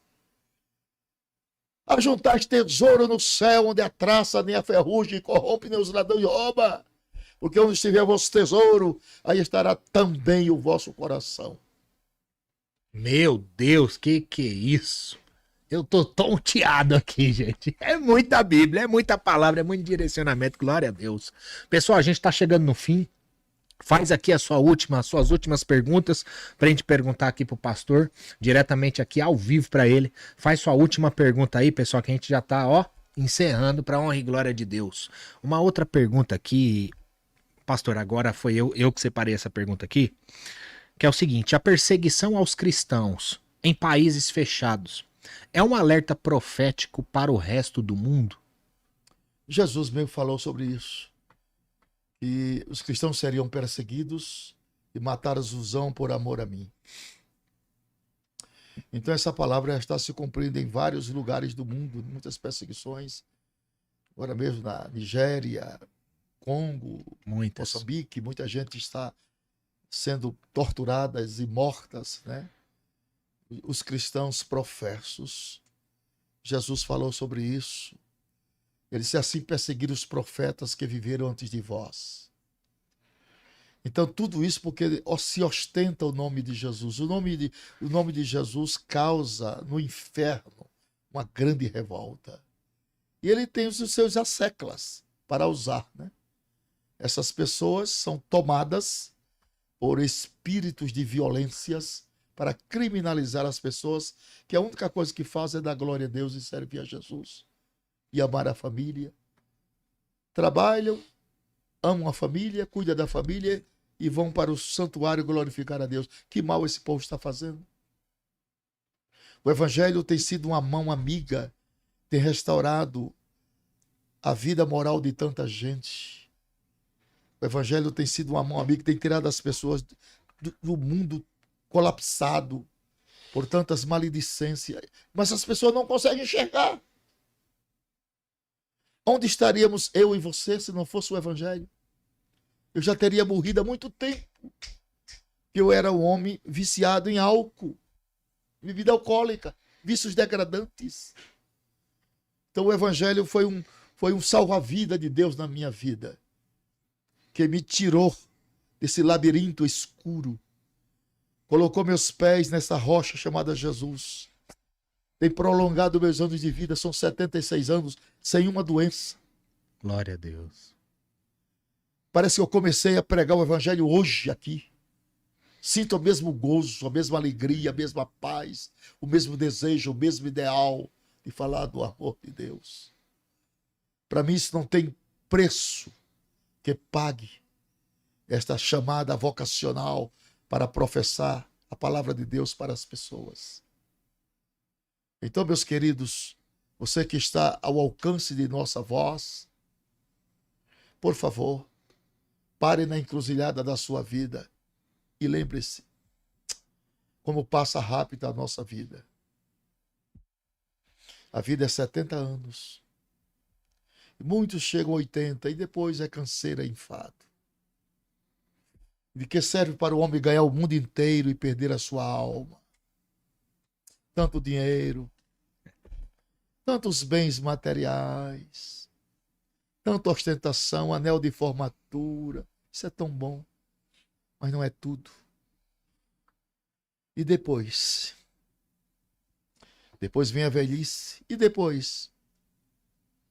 Depois você fica carregado pelos outros e não tem mais poder sobre o seu corpo. Depois você não se manda mais. É gerenciado por outras pessoas. Quando chega lá, e às vezes nem chega, morre precocemente. Lembra-te do teu Criador dos dias da tua mocidade. Antes que venham os maus tempos, dos quais venho dizer que não tenho nele contentamento ou prazer. Antes que escureça o sol, a palavra, a luz, as escrituras na sua revelação.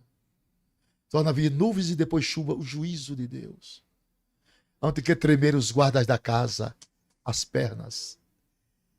Antes que as duas portas das ruas se baixem por causa do baixo ruído da moedura, as portas das ruas, os ouvidos. Antes que floresça a amendoeira, os cabelos brancos. E por um peso, o gafanhoto perece o apetite, o estômago já não comporta mais, já não tem prazer mais no alimento. Antes que despedace a coluna de prata, o copo de prata, que é a coluna vertebral, e o cântaro de ouro, que é o coração. E o homem vai à sua eterna casa. E os pranteadores andarão rodeados pela rua da cidade, dizendo: vaidade de vaidade, diz o pregador. Tudo é vaidade. Aproveita, amigo, enquanto me ouves, neste dia que se chama hoje. Entrega para Jesus a tua vida. Concita os teus amigos e os teus vizinhos e os membros da tua família, da tua clã. E confessa Jesus Cristo como teu Salvador e Senhor. E tu verás despontar o novo vivenciar, perene, glorioso, esperançoso, de vida e crença naquele que é, por excelência, o príncipe dos reis da terra, Jesus Cristo. Que é isso? É lindo demais aqui. Meu Deus, gente, vocês não têm ideia da presença que eu tô sentindo aqui. De Deus, do Espírito Santo. Meu Deus do céu. Daqui nada se leva, o Reginaldo escreveu aqui. Salmos 49:17. Bênção de Deus, muitas pessoas agradecendo aqui, mandando abraço. Deus te abençoe, muitas pessoas falando aqui, fortíssimo. Glória a Deus. Pastor, a penúltima pergunta pra gente finalizar. 56 anos pregando o evangelho, com amor, com carinho, com dedicação. Eu louvo a Deus por estar aqui na mesa do GigaCast hoje, continuando pregando com amor, com carinho, com dedicação. E onde muitas pessoas, pastores, pessoas chamadas, escolhidas, que foram eleitas por Cristo, se desviaram, é triste dizer, mas é uma realidade, se desviaram, estão longe do caminho. Qual chave você deixaria para permanecer com 56 anos de pregação, de amor, de carinho e de dedicação ao Evangelho? Meus queridos irmãos, o amor incondicional a Jesus Cristo. Eu não consigo viver longe de Jesus. A minha vida não terá sentido. Eu sou um prisioneiro de Cristo. O muro é muito alto. Eu não tenho como fugir dessa chamada. Eu não tenho jamais como abdicar esta crença. Eu não tenho como desviar-me desses valores escriturísticos das profecias. Tenho pregado em 46 países do mundo. Tenho, pela graça de Deus, levado ao Senhor mais de 2 milhões de almas. Meus irmãos, os céus não é uma miragem, nem uma utopia, amigo. O céu é um palácio preparado por Deus para a morada dos santos. Meu amigo João, lá na ilha de Pátimo, em frente ao mar Egeu, na antiga Turquia asiática, no dia do Senhor, era um domingo, quando ele disse: fui arrebatado em espírito. Ele nos mostrou um panorama da cidade santa. Ele viu a praça da cidade. Ele viu a árvore da vida no meio da praça. Ele viu o muro da cidade. Não era de tijolo. O material do muro da cidade era jaspe. Ele viu as portas da cidade, eram 12. Não era de madeira. O material era pérola. Ele viu o rio da água da vida que saía do limiar do trono, claro como um cristal, translúcido e transluzente. Ele entrou na antecâmara do palácio. E ele deslumbrou quando ele disse: e aquele, pronome pessoal em caso oblíquo, que está sentado sobre o trono, é semelhante à pedra de jaspe. O arco celeste está em volta dele e ele escuta 3 coisas: trovões, relâmpagos e vozes. Aí ele entrou no Santíssimo, na sala do trono. Quando ele entra na sala do trono, ele vê 24 anciãos, 2 turnos de sacerdotes, com coroas de ouro na cabeça. Tiravam as coroas, deitavam no trono e gritavam: aleluia, aleluia. Digno é o cordeiro que foi morto, mas vive para sempre. Enquanto esses anciãos glorificavam a Cristo ressurreto, os 4 animais, 4 seres viventes, hermenêutica interpretativa, 4 querubins, olhava para o Senhor do trono e dizia: santo, santo, santo. É neste lugar de belezas incomparáveis e quase que inexplicáveis, esta cidade de João 14, quando Jesus disse: não se turbe vosso coração. Credes em Deus, crede também em mim. Na casa de meu Pai há muitas moradas. Se não for assim, eu vos teria dito: vou vos preparar-vos lugar. E quando eu for e vos preparar lugar, virei outra vez e vos levarei para mim mesmo, para que aonde eu estiver, estejais vós também. Tem 4 coisas que estão fora do seu lugar, mas vai chegar lá: Israel, a igreja, Jesus e o diabo. O diabo está fora do seu lugar. Mateus 25, 41. Apartai-vos de mim, maldito, para o fogo eterno, preparado para o diabo e seus anjos. Ele não está no lugar dele, mas vai. A igreja está fora do seu lugar. João 14. Virei outra vez e vos levarei para mim mesmo. O lugar da igreja não é aqui, é lá. Ela vai chegar. Jesus está fora do seu lugar. Ao que vencer, lhe considerei que se assente comigo no meu trono. Para não possessivo, ele tem um trono. Assim como eu venci, me sentei com meu Pai no seu. Ele está no trono do Pai. Esteve sendo apedrejado, viu Jesus Cristo à mão direita do Pai. Mas ele vai para o seu trono. Israel está fora do seu lugar. E naqueles dias congregarei o resto das minhas ovelhas de todas as terras para onde tiver afugentada, trarei a seus apriscos, se multiplicarão e nenhuma delas faltará. Israel está voltando à sua terra a cada dia. É o sionismo, é a volta dos judeus para esperar Jesus como Messias e libertador. A cegueira vai acabar. Está chegando a hora do arrebatamento. Deus te abençoe. Te prepara. Jesus está voltando. Meu Deus, glória a Jesus por essa mensagem, por essa palavra. Eu quero agradecer a Deus, agradecer ao Senhor Jesus Cristo por esse momento tão especial, agradecer ao pastor Napoleão por estar aqui fazendo parte desse ministério, porque é um ministério, é um podcast 100% cristão, é 100% Jesus. É sobre Jesus, porque um dia eu estava no mundo, perdido, chorando, desgastado, sem propósito e sem destino. E eu falei: Jesus, me salva. Eu não pedi mais nada. Eu só pedi: me tira disso. E ele me tirou. Só que ele não fez só isso. Ele me tirou, me preencheu, me completou, me deu conhecimento e começou a me enviar. E tá aqui hoje, é um envio dele. Não é meu, é dele. Eu só pedi uma coisa e ele fez e faz infinitamente mais do que pedimos e do que imaginamos.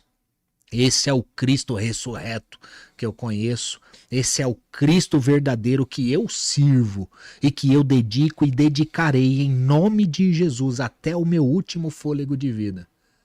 A pregar o evangelho, a evangelizar vidas, a falar dele, porque ele não me tirou daquele montoro e do lamaçal para viver um evangelho nefasto e cheio de pecado.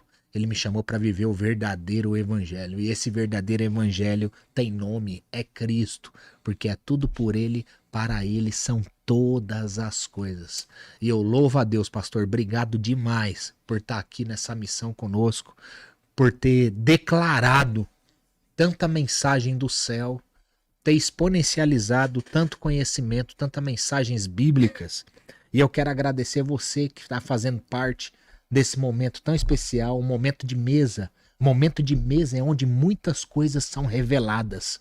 É onde muitos direcionamentos são interpretados corretamente. São em tempos de mesa, momentos como esse, onde existe alinhamento entre a terra e o céu. E é necessário ter alinhamento. Se não está tendo alinhamento na sua casa, na sua vida, na sua família, na sua meditação com a Bíblia, é porque tem algo errado. Precisa ser confrontado para que a direção certa aconteça em nome de Jesus. Mas, pastor, antes de finalizar, eu vou te fazer ainda um último pedido hoje. Um último pedido que todos os convidados, quando vêm aqui, a gente faz esse pedido para eles, que é deixar uma mensagem para a nação brasileira, para a gente finalizar, uma mensagem poderosa, profética, para a nação brasileira, e não só para o Brasil, talvez até para o mundo, em nome do Senhor Jesus, para a gente finalizar com chave de ouro. Queridos irmãos do nosso querido país, queridos amigos, aonde estiver o alcance de minha voz e de minha imagem, chegou a hora onde os homens devem voltar-se para Deus. Não resta-nos mais nada a ser cumprido neste tempo ávido das profecias bíblicas. Os homens não se entendem mais. Um espírito de confusão generaliza-se nos 5 continentes e as pessoas vivem numa confusão totalitária no seu mundo espiritual. A fome já é pandêmica. As crises morais, econômicas, políticas e religiosas campeiam sobre o mundo dos homens. Os avisos proféticos, as análises conjecturais das profecias elucidam-se neste tempo, à volta de Jesus. Mesmo as pessoas incautas, aquelas que não têm nenhum saber escriturístico, divino e bíblico, sabem instintivamente, pela evidência dos sinais, que algo está para acontecer. Os sinais acontecem no mundo físico, no mundo espiritual, no mundo religioso, político e econômico. Sinais nos céus, aparições de satélites, sinais na terra, a eclodência de um gemido entenebrecido do planeta. A Bíblia diz que a terra geme com dores de parto. Presença do pecado do homem, da violência e da falta de temor a Deus elucidam-se nas profecias como sinais vantajosos para o processamento do término dispensacional desta penúltima dispensação de Deus com os homens.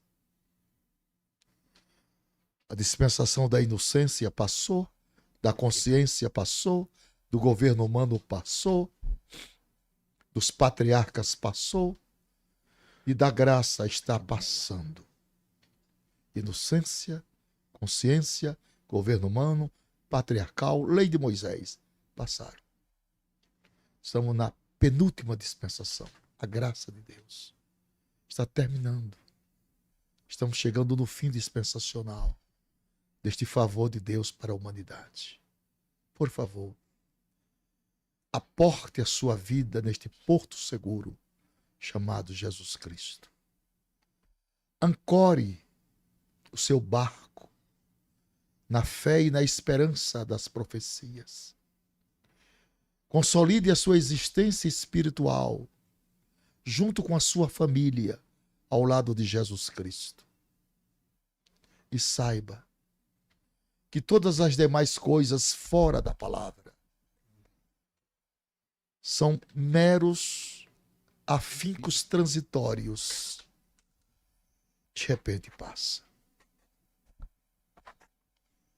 Estamos todos nós envelhecendo. Estamos todos nós nos aproximando da sepultura.